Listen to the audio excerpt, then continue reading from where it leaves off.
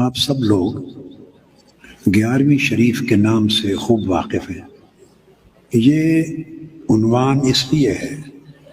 کہ یہ صدیوں سے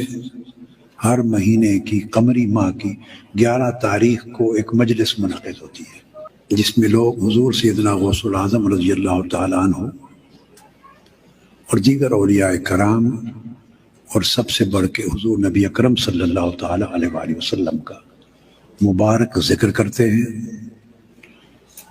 تلاوت ہوتی ہے، نعت ہوتی ہے، وعظ ہوتا ہے، تعلیم و تربیت ہوتی ہے، اذکار ہوتے ہیں، اور آخر پہ آنے والے مہمان ان کو کھانا کھلایا جاتا ہے۔ تو اس تاریخ کی وجہ سے اس کا نام ہمارے ہاں 11ویں شریف پڑ گیا۔ یہ سارے کام مجلس منعقد کرنا، انبیاء، اولیاء، صالحین اور بزرگان دین کے ساتھ اس مجلس کی نسبت قائم کرنا، اس میں قرآن مجید کی قراءت و تلاوت کرنا، حضور علیہ الصلوۃ والسلام کی مدائح نعتیں پڑھنا،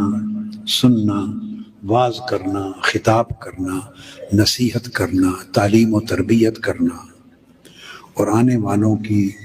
ضیافت کرنا، یہ سارے کام شریعت میں 100% جائز ہے۔ ان میں کوئی ایک کام بھی ایسا نہیں جو مجھے دور دور تک شریعت میں اس کی ممانعت نظر آئے